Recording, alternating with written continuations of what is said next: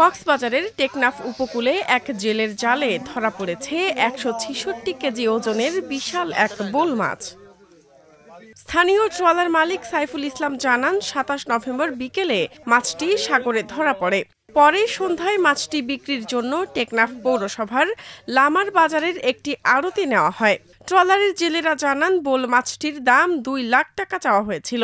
শেষ পর্যন্ত ১,৮০,০০০ টাকায় মাছটি কিনে নেন বাহারছড়ার মাছ ব্যবসায়ী মোহাম্মদ করিম সওদাগর। টেকনাফের উপজেলা জ্যেষ্ঠ মৎস্য কর্মকর্তা দেলোয়ার হোসেন বলেন, জেলেরা সরকারি নিষেধাজ্ঞার সময় মাছ না ধরায় উপকূলে এ ধরনের মাছ বাড়ছে। ভবিষ্যতে এ ধরনের মাছ আরও পাওয়া যাবে বলে আশা করেন তিনি। আজকে যে বোল মাছটা পাওয়া গেছে এটা অনেক বড়। এই মাছগুলা সচরাচর পাওয়া যায় না। সেন্ট মার্টিন প্রবাল দ্বীপ এখানে এই মাছগুলার পর্যাপ্ততা, যে পায় সে অত্যন্ত সৌভাগ্যবান। এটা আমাদের যে ব্যান পিরিয়ড গুলা জেলেরা মানার কারণে সাগরে মাছের প্রাচুর্যতা, তো এই জেলেরা অনেক খুশি।